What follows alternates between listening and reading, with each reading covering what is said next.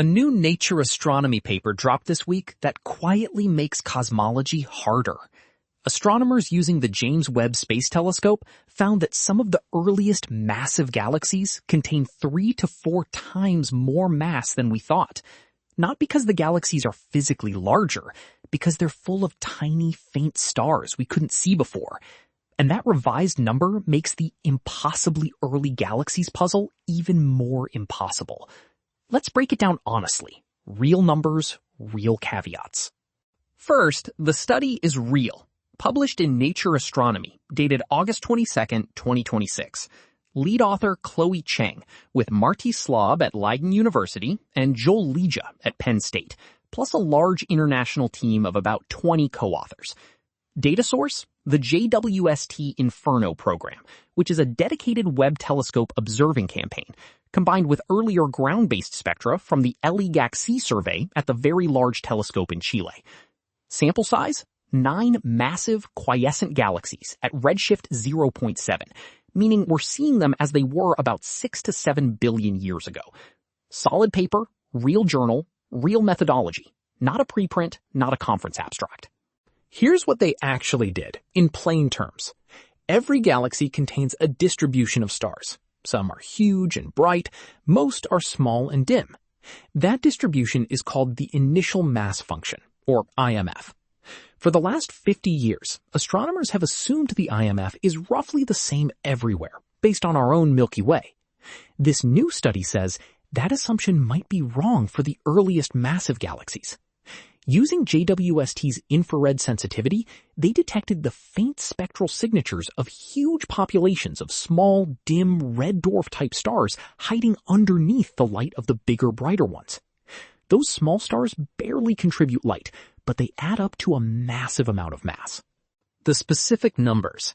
The team calls these galaxies bottom-heavy, meaning their star population skews towards small, dim stars, not the balanced mix we see in the Milky Way. For the 2 oldest galaxies in the sample, direct descendants of what astronomers have been calling the impossibly early galaxies JWST kept finding since 2022, the bottom-heavy IMF correction raises their stellar mass by a factor of 3 to 4. One galaxy in particular, which formed less than 1.5 billion years after the Big Bang, could be as much as 4 times more massive than we thought. Now, the honest part. This is Meshcast, so we verify claims. We don't just repeat them. 3 important caveats the headline skipped. First, the sample is small. 9 galaxies. The bottom-heavy result was strongest in only 2 of the 9, the very oldest ones. That's a real signal, but a narrow one. Second, measuring the initial mass function this far out is technically extremely difficult. The team was clear this required new analysis techniques and the highest quality spectra ever collected at these distances.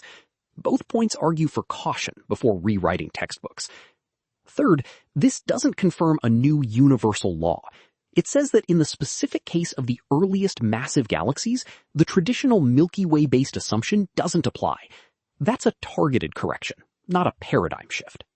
So why does this matter beyond an academic footnote? Because ever since JWST launched in 2022, it's been finding massive, mature galaxies that shouldn't exist so early. Standard cosmology predicts it takes time to build big galaxies. The universe was supposed to be too young.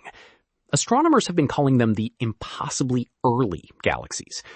This new paper doesn't solve that puzzle, it makes it worse.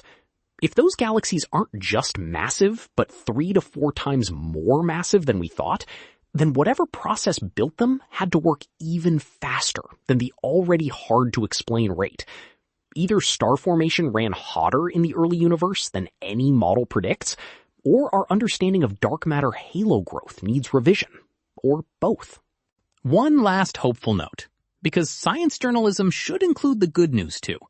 If the early universe really had more low-mass stars than we thought, it also had more potential homes for planets. Small red dwarf-type stars live for trillions of years and often host rocky planets in tight orbits.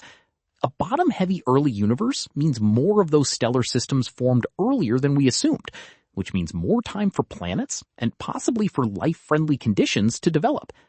That's not proven. It's an implication the researchers flagged. but it's the kind of quiet, generational shift in what we think is possible that scientific discoveries sometimes deliver. If any of this hits close to home for you, or you love a big idea science moment, thanks for watching Meshcast. See you in the next one.